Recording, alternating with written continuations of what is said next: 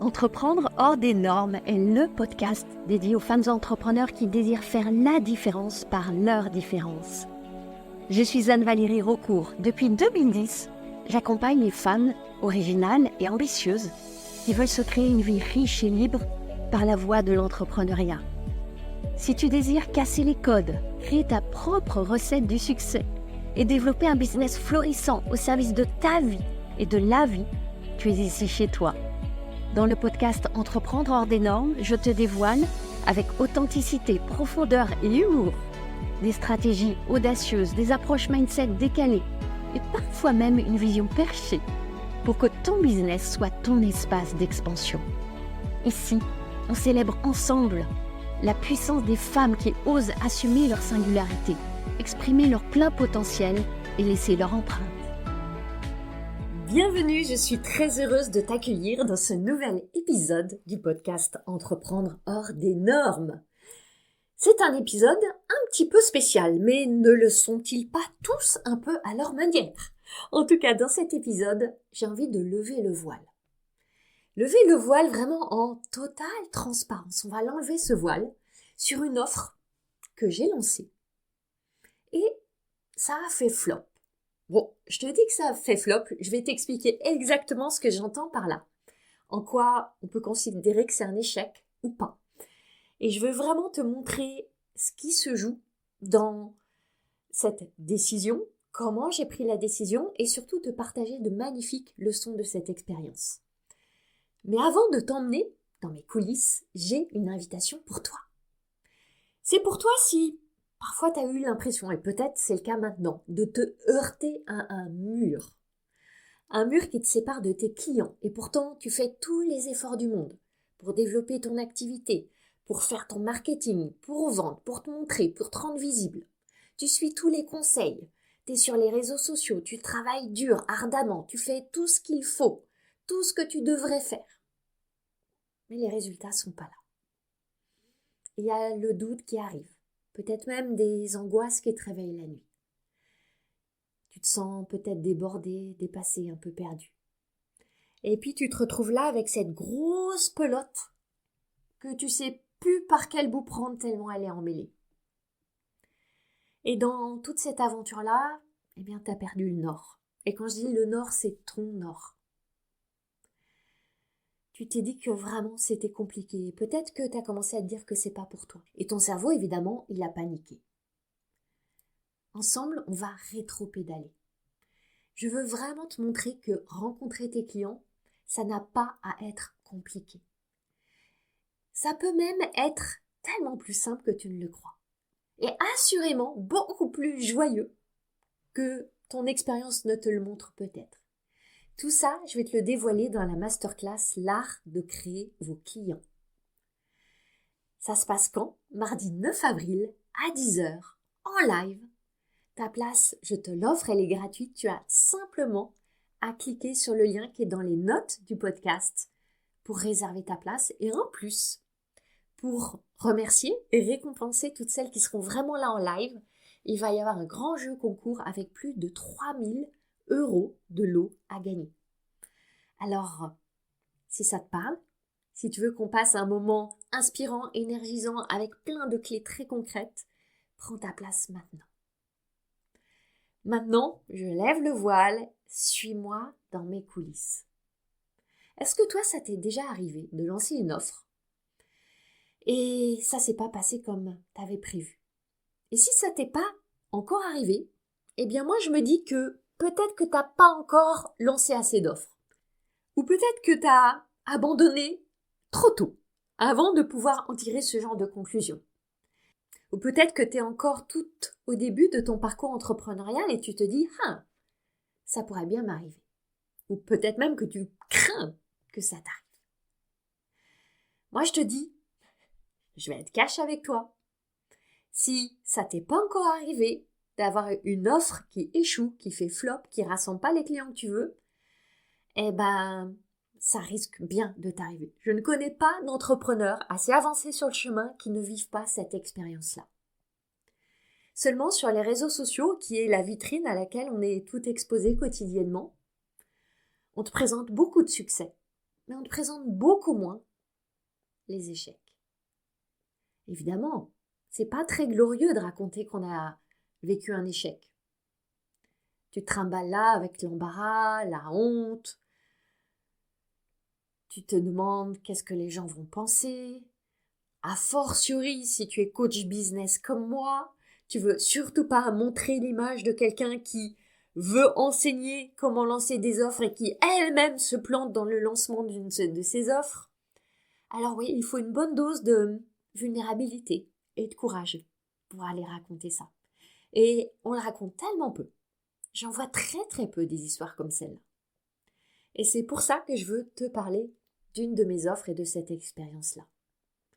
Parce que je l'ai lancée et ça s'est pas passé comme j'avais envisagé. Et j'ai décidé de lui accoler l'étiquette d'échec. Et pas parce que c'est minable, c'est nul, c'est lamentable. C'est pas du tout ce que véhicule le mot échec pour moi. Pour moi, c'est intéressant de lui mettre l'étiquette d'échec parce que pour moi, échec égale leçon, égale enseignement, égale richesse que jamais je n'aurais récolté si j'avais eu tout de suite un fulgurant succès. Le succès est un piètre enseignement. Seul l'échec enseigne. Et ce que je veux te dire aussi là en passant à propos de l'échec, c'est que c'est juste un mot que tu choisis. C'est juste une décision. Tu peux très bien vivre tout ton parcours entrepreneurial en ne vivant aucun échec si tu décides de ne jamais accoler ce mot-là à aucune de tes expériences. Nous sommes souveraines. En tout cas, moi, en la qualifiant ainsi, cette expérience, ça m'a créé l'opportunité d'apprendre. Et d'apprendre tellement que j'ai eu l'idée et l'envie, en prenant un petit peu mon courage à deux mains quand même, de créer cet épisode de podcast. Parce que tu vas voir, je vais te partager de très très belles leçons au travers de tout ce que je vais décortiquer pour toi. Il y a vraiment des pépites dans cet épisode. Et quelle que soit la phase où tu es par rapport à une offre, par exemple, que tu sois en phase de réflexion, de création, de marketing, de vente, peut-être que ton offre elle tourne super bien, que tu es dans la phase d'optimisation, d'ajustement, tu vas là glaner des idées qui vont t'éviter des erreurs, qui vont te faire gagner du temps, qui vont amener de la légèreté aussi dans tes propres processus et dans tes propres cheminements de décision. Cette offre dont je te parle, c'est la retraite business à Bali. La retraite hors des normes. Si tu suis ce podcast régulièrement, tu auras noté que je t'en ai parlé dans plusieurs épisodes du podcast. Cette offre-là, et là quand j'en parle, je suis encore touchée parce qu'elle est pleine de sens pour moi et à différents niveaux. Si déjà je prends son histoire, l'histoire de sa création, de sa genèse, l'histoire en elle-même est riche de sens. Je t'emmène avec moi début 2023. En janvier-février 2023, j'étais à Bali. Et à Bali, j'adore fréquenter certains hauts lieux de la spiritualité. Je vais à Ubud, si tu connais un petit peu Bali. Et il y a notamment un endroit qui s'appelle Pyramids of Chi, les pyramides du Chi, ou les pyramides de l'énergie. Cet endroit est vraiment fascinant. C'est deux pyramides, de très grandes pyramides, qui ont été construites au milieu des rizières. C'est un lieu où tu peux vivre des tas d'expériences, on va dire, dans le champ de la spiritualité et du développement personnel. Il y a des enseignants du monde entier qui viennent là pour partager leur expertise. J'adore y aller, y passer des journées entières quand je suis à Bali. Et j'étais en train d'attendre pour une session. Et il y a un très agréable restaurant, bar, où j'étais avec mon carnet en train de noter des idées. Et intentionnellement, je m'étais mise à l'écart pour pas être dérangée, pour être bien tranquille. Et là, je vois tout d'un coup un homme qui s'approche de la table et qui s'assoit gaillardement sur la chaise en face de moi. Ma première pensée, mais c'est quel culot! Mais quel toupet cet homme de venir me déranger, que je suis là bien tranquille, mais pour qui il se prend? Et il engage la conversation en anglais, bien entendu, et il me demande ce que je fais là. Ma réaction intérieure, c'est de lui dire, je suis venue cueillir des salades peut-être. Donc, évidemment, je suis tout à fait correcte, avenante. Donc, je lui explique que je suis venue pour vivre je ne sais plus quelle session. Il me demande comment je trouve l'endroit. Et voilà. La conversation commence à s'engager, je le trouve plutôt très sympathique, je commence à me détendre, à m'ouvrir, et je lui demande ce que lui fait là, tout simplement. Et il m'explique que c'est le fondateur des Pyramids of Chi. Cet homme, c'est un homme qui doit avoir bien 70 ans. Au fil de son histoire, j'ai recollé des morceaux du puzzle et je me suis dit qu'il avait sans doute autour de 75 ans. Et il me raconte toute l'histoire absolument extraordinaire de la création des pyramides, qui a été vraiment une idée qui lui a été soufflée.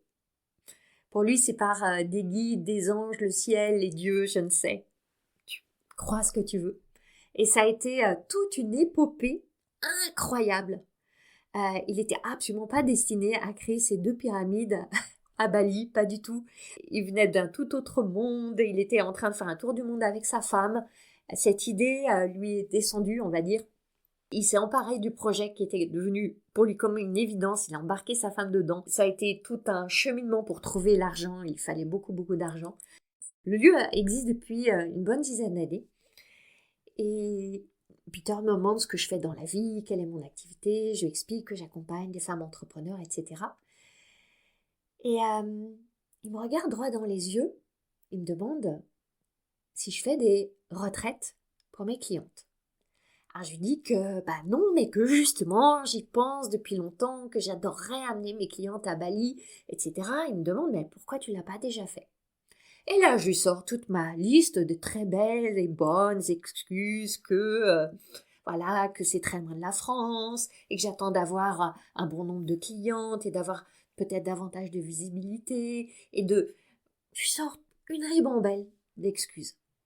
Il me regarde avec ses yeux bleus limpides, avec une espèce d'air comment dire, un air presque un petit peu narquois ou ironique. Et là, il me dit, mais qu'est-ce que tu attends, vraiment? Et là, j'ai été complètement désarçonnée.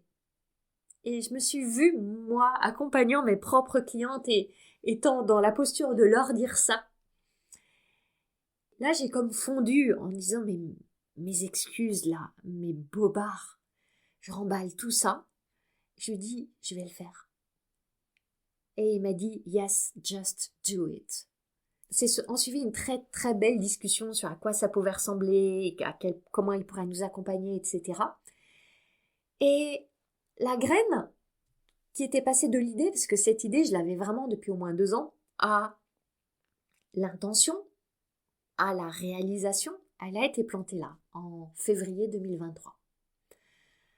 Je suis rentrée en France avec cette idée et j'ai commencé à travailler sur à quoi ça pourrait ressembler vraiment. Donc j'ai commencé à créer toute une trame, à créer beaucoup de choses autour de cette retraite. Et je suis retournée à Bali, ensuite en octobre-novembre, toujours 2023. Et là, j'ai commencé vraiment à explorer, à aller rencontrer des personnes, des lieux, à vraiment imaginer très très concrètement à quoi ça pourrait ressembler, à faire tout un déroulé, à créer un budget. J'ai posé les dates de la retraite en novembre 2024. J'ai réservé la maison.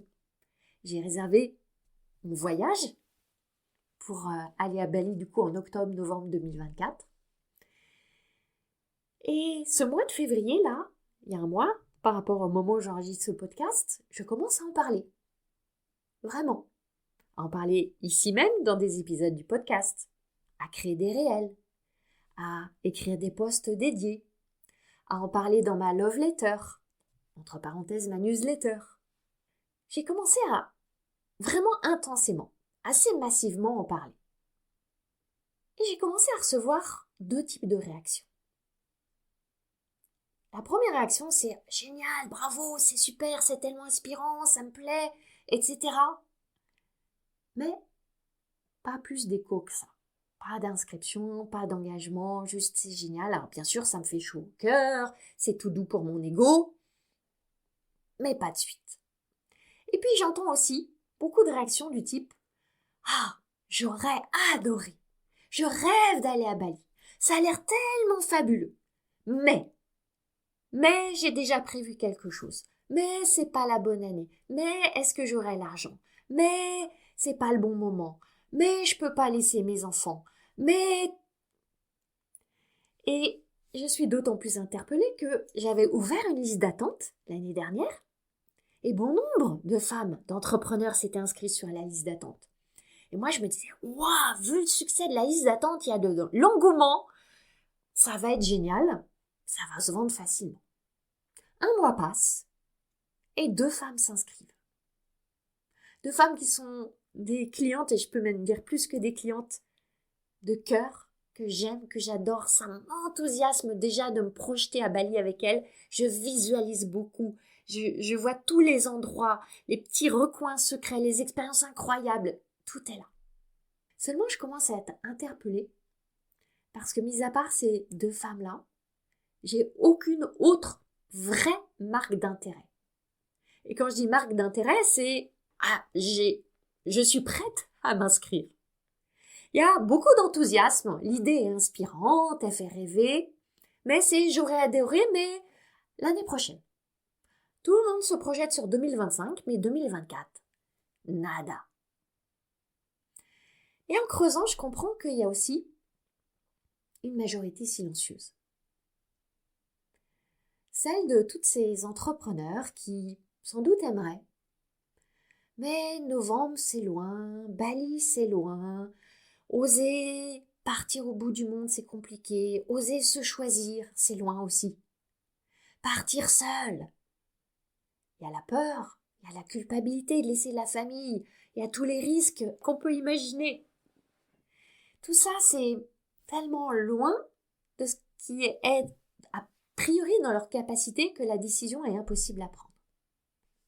Au bout de 3 semaines, je réalise ça. Et je vois venir 2 choses. Je vois venir que le processus de vente, il va potentiellement être très long. Bien sûr, ça peut être court aussi. C'est une possibilité. Mais quand je vends quelque chose, avec un prix ou quand c'est une proposition, une invitation, j'aime, dans mes réflexions, envisager le scénario le pire. Et quand je dis pire, ça ne veut pas dire que ça va être catastrophique. Mais si ça se passe pas comme je voulais, si ça se passe à l'opposé exact de ce que je voulais, comment est-ce que je vais me sentir avec ce scénario-là? Comment est-ce que je vais le vivre? Quelles émotions est-ce que ça va générer chez moi? Et donc, je commence à imaginer ce scénario du pire qui est le processus de vente sera très long, comment c'est pour moi. La seconde chose, c'est que je vois aussi arriver un moment où je vais avoir 4 ou 5 femmes inscrites. Je souhaite en accompagner 10 et va arriver la pression à vendre. Parce que si j'en ai 4 ou 5, c'est limite pour que je décide d'organiser le voyage. Et si je veux que toutes les places soient remplies, il m'en faudra 5 ou 6 en plus. Et je vais commencer à être sous la pression de dire oh, il faut absolument que j'ai ces femmes-là. Est-ce que j'ai envie d'être dans cette pression-là? J'ai commencé à me poser cette question. De là ont émergé, au gré de ces premières réflexions, 3 prises de conscience. La première, donc, c'est que je suis potentiellement embarquée dans un processus de vente qui va durer des mois. Et quand je dis des mois, j'ai évalué que ça pouvait durer 6 mois. J'ai commencé en février, ça pouvait me mener jusqu'en septembre. Entre-temps, donc, il y avait l'été, juillet-août, où j'allais avoir à vendre pendant cette période-là. Est-ce que j'en avais envie? Pas certain. Je le dis à nouveau, je gardais la possibilité que ça puisse être rapide, mais je suis aussi très lucide. Et je veux envisager la possibilité que ça soit long. Je veux pas mettre des possibilités sous le tapis. Ça m'aide pas. C'est amusant parce que quand j'ai pris la décision, finalement, de ne plus proposer cette retraite à Bali, j'ai publié un post sur LinkedIn à ce sujet et il y a une femme de ma communauté qui a fait un commentaire en amenant ça sous le prisme de la loi d'attraction. Elle m'a dit en gros que je croyais pas assez fort, je visualisais pas assez fort, j'avais pas assez travaillé sur mon énergie, que je pouvais tout à fait, comme elle m'a dit, collapser le temps. Que je traduis en comprimer le temps, vendre hyper rapidement si vraiment j'étais pleinement alignée. Ok, c'est une possibilité. Mais moi, en tant qu'entrepreneur, rationnel, ancré dans la matière, je vais envisager toutes les possibilités. Ok, la loi d'attraction, petit clin d'œil. J'ai offert un épisode du podcast. Il y a 4 épisodes sur la fameuse manifestation. Tu peux aller l'écouter si ça t'intéresse d'avoir mon point de vue là-dessus. Je veux pas compter sur la loi d'attraction. Je veux compter sur mon engagement. Je veux compter sur mon énergie. Je veux compter sur mes actions. Et c'est dans cette perspective-là, et pour moi c'est très beau de compter sur mon engagement, sur mon énergie, sur mes actions, sur ma persévérance. C'est pour ça que je veux envisager tous les scénarios possibles. Deuxième prise de conscience, c'est pas une vente simple. Parce que cette offre-là, elle a plusieurs composantes. Il y a une composante comme dans mes autres processus d'accompagnement. Ça propose une transformation, une expérience, des éléments avec des outils, des processus. Ça répond à des désirs, à des aspirations, ok. Et en même temps, il y a des éléments très particuliers avec le sentiment d'une prise de risque parce qu'il y a le voyage, il y a l'étranger, il y a le climat, il y a une langue, il y a une nourriture, il y a plein de choses qui sont liées au voyage et donc de la peur. Et en fait, je réalise que j'avais précédemment jamais vendu d'offres avec de telles composantes activatrices de peur chez beaucoup de femmes. Je l'avais amplement sous-estimé parce que chez moi, la peur ne s'active pas pour ces éléments-là, et donc j'ai été un peu aveugle. Je me suis fourvoyée parce que j'ai vu l'offre par mon propre prisme. Moi, j'adore voyager seule, et j'ai clairement pas du tout la même perception des risques que la majorité des femmes. Autre chose que j'ai pas de la même manière que la majorité des femmes, c'est la culpabilité. Alors je peux être immensément coupable, en tout cas, je peux avoir un immense sentiment de culpabilité pour plein de choses, oh que oui. Mais pas ou plus tellement de partir seule et de laisser ma famille, etc. Et en fait, je m'étais pas vraiment mise à leur place, à la place de ces femmes. Et quand j'ai commencé à le faire, j'ai perçu la complexité du processus de décision pour elles. Et en parlant de complexité, ça mène à la troisième prise de conscience que j'ai eue. C'est que j'étais en train d'introduire de la complexité dans mon business. J'ajoutais une offre pas simple à vendre, une offre avec un processus de vente long et une offre qui impliquait plein d'éléments, comme un puzzle avec plein d'éléments imbriqués. Là, je me suis posée et j'ai commencé à me demander si le sens, si l'envie, si le désir qui était toujours là chez moi, je me visualisais tellement avec ces femmes. Néanmoins, j'ai commencé à me demander si cette flamme-là a été suffisamment forte et puissante pour me donner à vivre tout ce que ça allait impliquer. Et j'ai commencé à tout réévaluer en prenant en compte mes besoins et mes valeurs et ce que je veux m'offrir à vivre moi dans mon business. Et là, je veux te partager 4 mots qui ont éclairé mon chemin dans ce processus de décision. Le premier, c'est simplicité.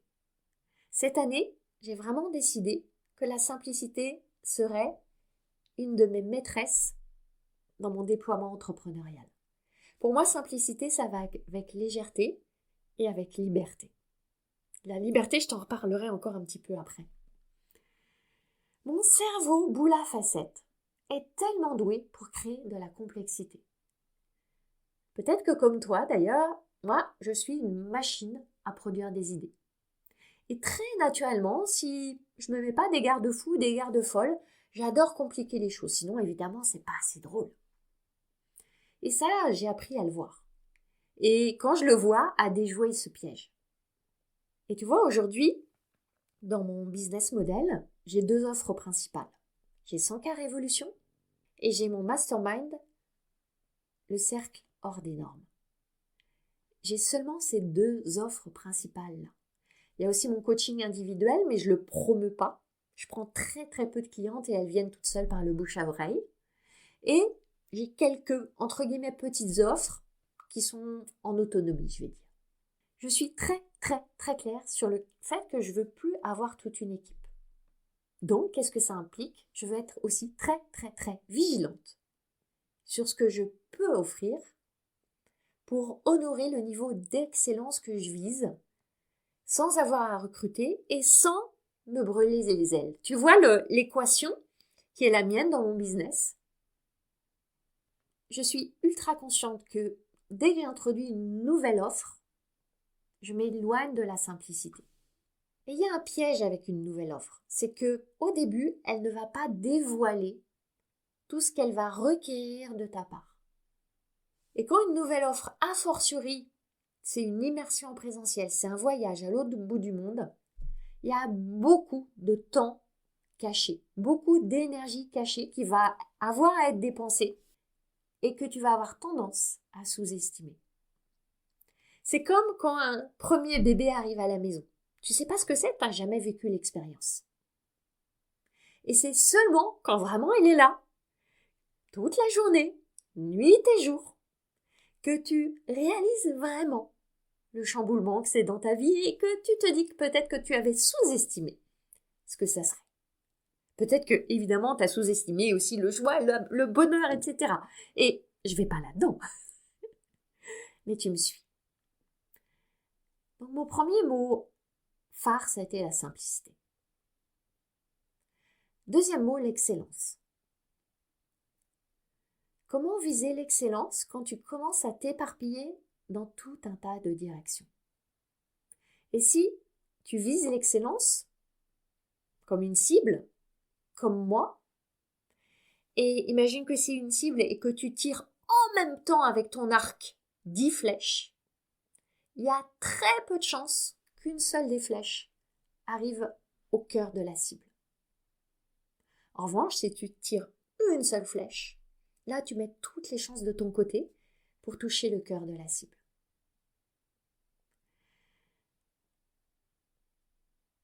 Pour moi, l'excellence, elle nécessite du temps, elle nécessite de canaliser son énergie, elle nécessite aussi pour moi, de continuer à apprendre, me former, à approfondir, à aussi expérimenter des choses.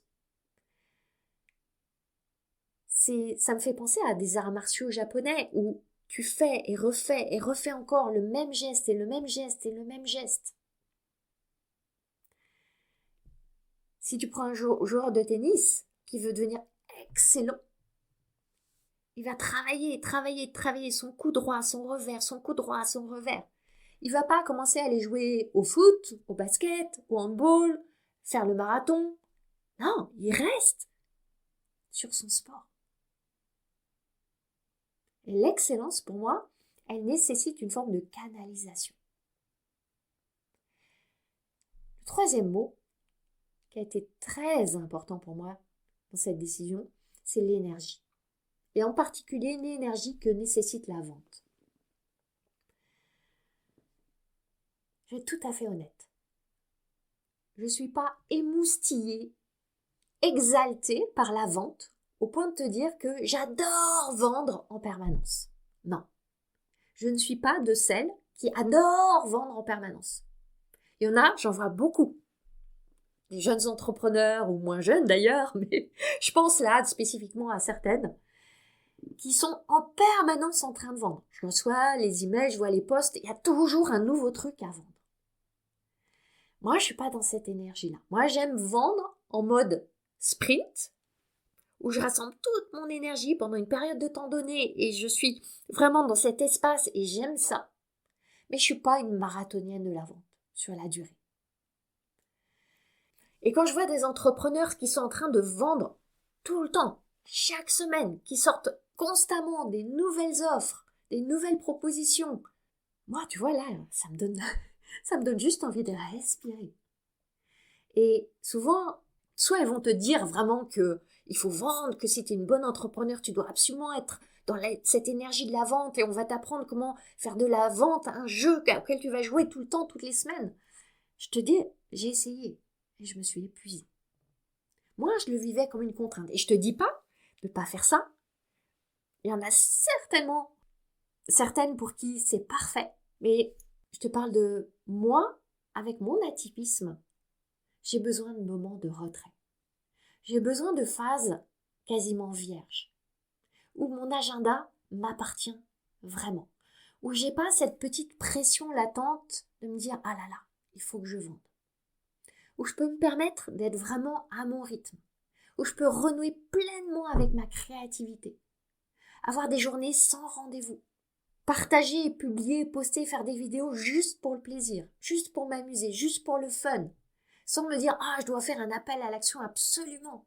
Ou je peux aussi imaginer des nouveautés que je vais mettre dans mes programmes existants pour les enrichir, donner plus de valeur à mes clientes actuelles.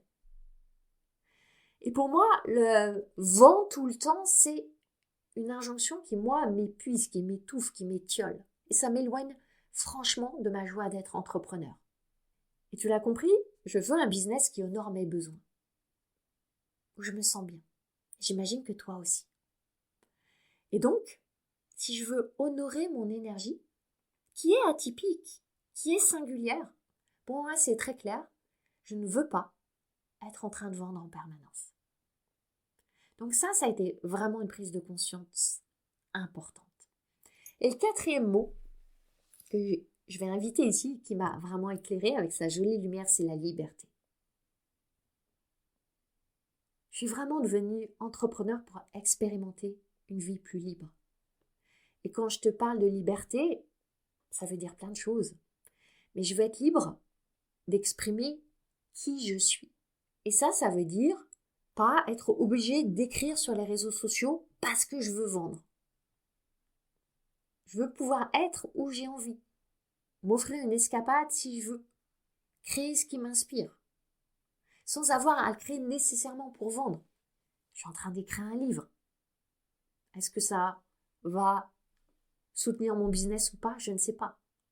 Tu sais que je t'ai partagé que j'ai ce magnifique projet d'aller sur une scène de TEDx pour partager mon message. Ça nécessite du temps vierge, de l'espace pour créer, pour y penser. Et si je suis en train de vendre tout le temps, j'ai pas ce temps-là, j'ai pas cet espace-là. J'ai donc fait ces prises de conscience et pour autant, la décision, elle n'était pas facile. Parce que mon drôle de cerveau, il m'a offert des jolis arguments pour pas décider, pour laisser filer, pour décider de pas décider, autrement dit. Et j'ai intentionnellement retourné chacun de ces arguments en une stratégie.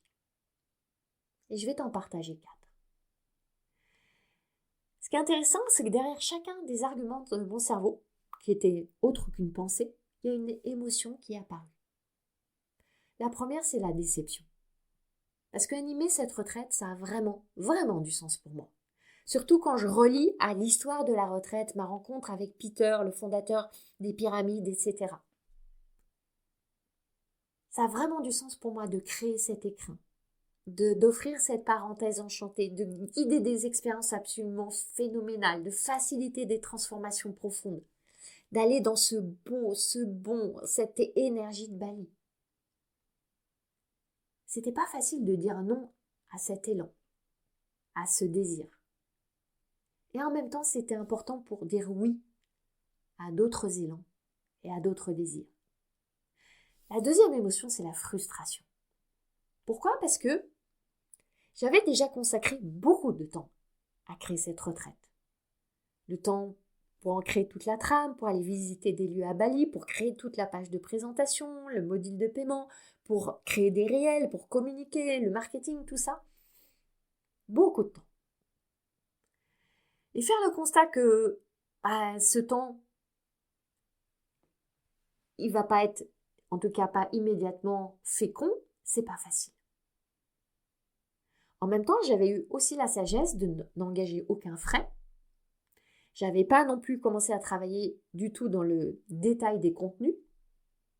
Et je sais que tout ce que j'ai fait pourra être réutilisé. Donc j'ai fait aussi un travail pour dresser la liste de tout ce en quoi ça m'est utile déjà que j'ai consacré ce temps-là. J'ai trouvé beaucoup de choses. C'est pas du temps perdu. C'est du temps extrêmement utile. Et j'ai eu besoin de passer par là. Troisième émotion, l'embarras. L'embarras déjà vis-à-vis des 2 femmes qui s'étaient déjà engagées et que j'ai contactées pour leur annoncer que je retirais cette expérience, qu'on ne pourrait pas partir ensemble. Je leur ai expliqué toutes les raisons. Ça n'a pas été facile. Et puis, la 4e émotion, c'est l'embarras plus que je peux nommer la honte. De quoi est-ce que je vais avoir l'air? Qu'est-ce qu'on va penser? Je suis business coach, je lance une offre. Au bout d'un mois, il n'y a que 2 personnes inscrites. Je la retire. Est-ce que c'est congruent? Et j'ai décidé que oui, justement, c'est exactement ça qui était congruent. Et j'ai décidé de prendre le taureau par les cornes et d'en faire un post sur les réseaux sociaux. De le dire. Pour normaliser le fait que on peut lancer une offre. Voir que ça va pas se passer comme on avait prévu et la retirer. Et y aller comme ça. Et je peux t'assurer que j'avais honte. J'étais pas fière de le faire, ce post-là. Ça m'a permis de désamorcer cette petite voix de la honte. En allant vraiment m'exposer. Cette petite voix me disait, t'es pas congruente. Je lui ai dit, justement, regarde, elle est là, exactement la congruence.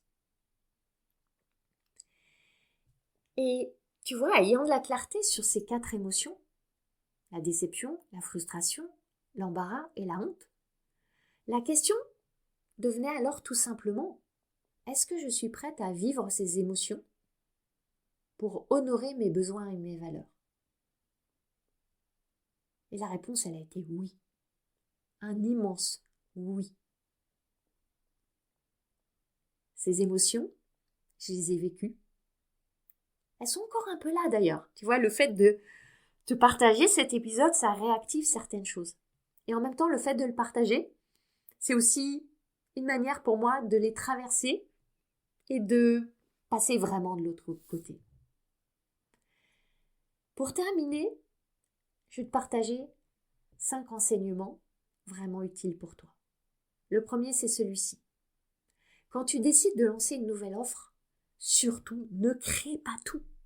Je vois tellement d'entrepreneurs qui vont passer des semaines, des mois dans leur antre à créer leur offre, à créer une magnifique plateforme, toutes les vidéos, tous les déroulés, tous les systèmes, tout. Non! Parce que tu sais pas si ça va marcher. Tu sais pas si ça répond à un besoin. Tu sais pas si tu vas réussir vraiment à embarquer, à rassurer les gens. Tu sais pas. Ne crée pas tout. Et pour moi, le fait de pas avoir tout créé, loin de là, et de pas avoir engagé d'argent, ça a été salvateur. Parce que je suis pas sûre que j'aurais pris cette décision si j'avais tout créé. Deuxième enseignement, ne sous-estime pas le coût de la complexité. La complexité, elle est sournoise. Le plus souvent, elle se cache. Tu décides de lancer quelque chose, de changer quelque chose, de prendre une personne, un outil, quoi que ce soit. Ça vient toujours avec la complexité et elle vient toujours avec un coût, un prix à payer. Et là, je sens que je pourrais partir dans tout un développement. Je vais garder ça pour un autre épisode. C'est vraiment un point important. Et clairement, j'avais sous-estimé ce coût-là. À l'opposé de la simplicité que je veux être reine pour moi. Troisième enseignement, prends le temps de réfléchir à ton processus de marketing et de vente.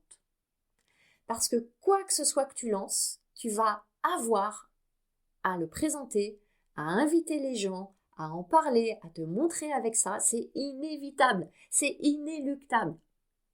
Comment est-ce que tu veux le faire? Il y a tellement de manières de le faire. Tellement. Seulement, il y a certaines manières qui sont plus adaptées pour certains types d'offres. Et la question, c'est comment est-ce que tu vas pouvoir respecter ton énergie, au-delà de ça, respecter qui tu es et faire en sorte que ce soit joyeux tout au long du processus. Parce que pour moi, tu vois, la semaine de retraite, là, cette parenthèse enchantée en novembre, assurément, je me projetais avec une joie, une extase là-bas. Mais tout le processus qui allait me mener à cette semaine-là, j'étais pas si sûre que ça allait être joyeux. 4e enseignement. Même si tu n'es pas neuroatypique comme moi,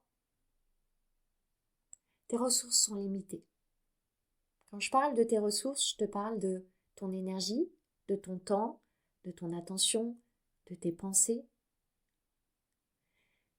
Et avant toute décision, c'est le moment, c'est même une opportunité en fait pour réévaluer tes priorités par rapport à tes objectifs. Tes priorités en fonction de qui tu es, les ressources que ça va exiger de toi. Est-ce que tu es prête à les allouer là maintenant? 5e enseignement, je t'invite vraiment à imaginer que le pire puisse arriver. Le pire, c'est-à-dire ton offre fait flop. Tu galères pour la vendre. Personne te dit oui. Anticipe ça. Comment est-ce que tu vas réagir? Comment est-ce que ça va être pour toi? Est-ce que tu es prête à traverser toutes les émotions? Et ça sera vraiment un guide pour ta décision. Et pour terminer, ce que je veux te dire, c'est que cette retraite, je ne l'ai pas vraiment annulée. Pour moi, je l'ai reportée. Elle va vivre, j'en ai la certitude. Au fond de mon cœur, de mes tripes, de mes cellules, elle va vivre. Quand je vois son histoire, quand je vois comme elle m'anime, elle est toujours là. Je ne l'ai pas tuée, elle est archi-vivante.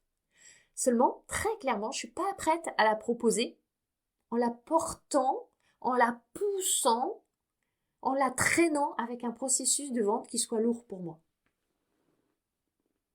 La manière dont je vends, par exemple, mon accompagnement 100K Révolution, dont j'ai pu vendre le mastermind, le cercle hors des normes, ça a été génial. Ça a été fluide, joyeux, léger. J'aime ces sprints de vente, comme je te disais tout à l'heure. Donc, c'est à moi maintenant d'être créative et d'inventer comment je vais pouvoir faire vivre cette retraite.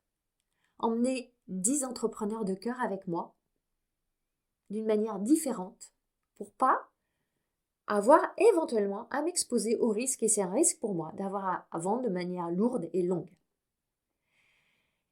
Une piste que j'ai maintenant, c'est peut-être que cette retraite fera partie de la prochaine session du mastermind, le cercle hors des normes. Peut-être. Ou d'un autre accompagnement au programme, pour pas que j'ai à la vendre en tant que telle. Je vais voir. C'est juste une piste là que je te partage là en direct, mais je sais que je serai extrêmement créative pour ça. On arrive à la fin de cet épisode et tu vois, ce que je t'ai montré là, c'est que j'ai vraiment à cœur de mettre à l'honneur la simplicité, le respect de qui tu es. Pour qu'on se souvienne tout le temps que ces entreprises qu'on développe, elles sont, oui, au service de la vie avec un grand V, et aussi, et avant, au service de nos vies. Et c'est cette approche-là qui est au cœur de la masterclass, l'art de créer vos clients, qui se tient mardi 9 avril à 10h en live. Et c'est mon rappel que tu y es invité et que tu as seulement à réserver ta place qui est offerte. Je te souhaite une magnifique suite de journée. Je me réjouis de te retrouver dans le prochain épisode du podcast.